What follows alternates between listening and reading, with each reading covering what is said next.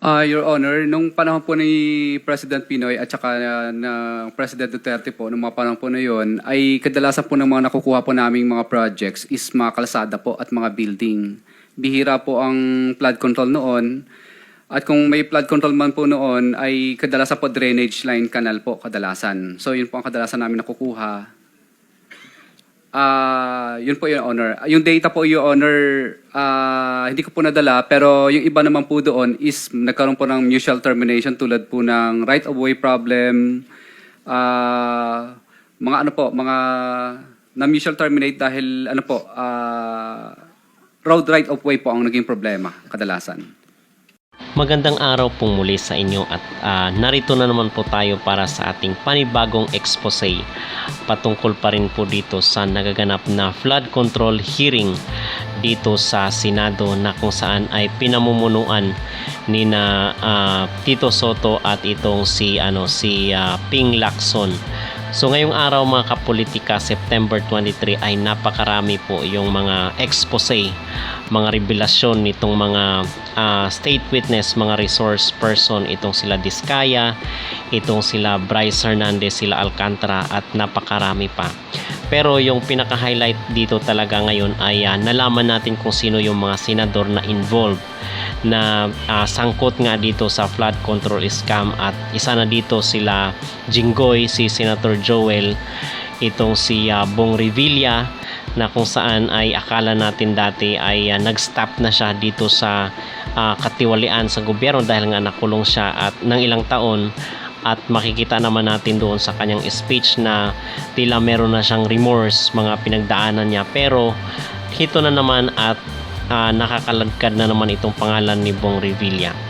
Okay, so aside dito ay pag-uusapan rin po natin itong revelasyon ngayon ni Curly Diskaya na sinasabi niya, di ba si Senator Sotto ay lagi niyang sinasabi at hindi lang daw yung kasalukuyang administrasyon yung imbestigahan, dapat daw kasali daw yung previous administration, which is itong si former President Rodrigo Roa Duterte. Pero heto na nga mga kapolitika at talagang na real talk talagang yung revelasyon ni Curly Diskaya na walang flood control at most of their projects sa time ni former President Duterte ay puro yung mga highways at mga buildings.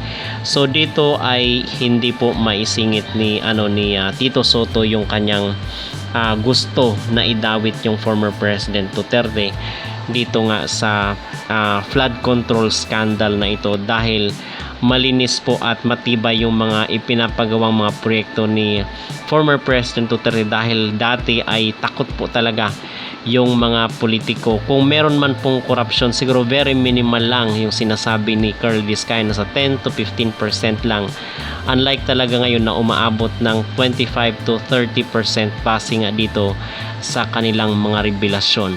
So in other words ay hindi maidikit ni Tito Sotto yung flood control scam doon sa dating Pangulong Rodrigo Roa Duterte, dahil ito talaga yung gustong mangyari nito Tito Sotto, na hindi ayaw niyang managot yung kasalukuyang administrasyon at gusto niya yung nakarang administrasyon ang kanilang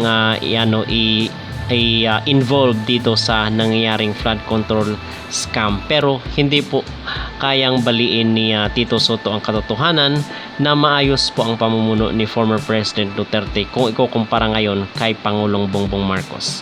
Yun po ang katotohanan mga kapolitika na hindi nila kayang tanggapin, kung kaya todo hanap sila ng butas doon sa former president. Yun po yun.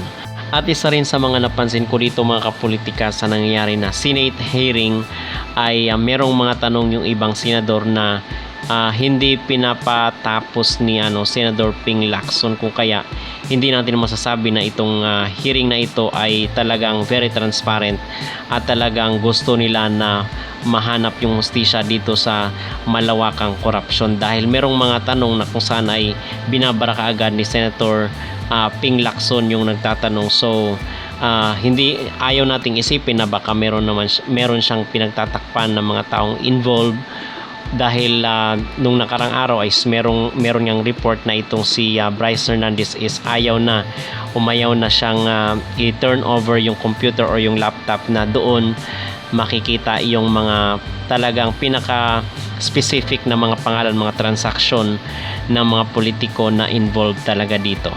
Okay? But all throughout, yung masasabi ko ay dapat talagang si Marcoleta na lang yung yung head ng Senate Blue Ribbon Committee. Payag ba kayo mga kapolitika na palitan na itong si Panfilo Lacson ni Senator Marcoleta sa pamuno ng Blue Ribbon Committee dito sa nagaganap na flood control scandal? Mag-comment sa ibaba at huwag kalimutang mag-like at mag-subscribe kayo dito sa ating YouTube channel. Maraming salamat po.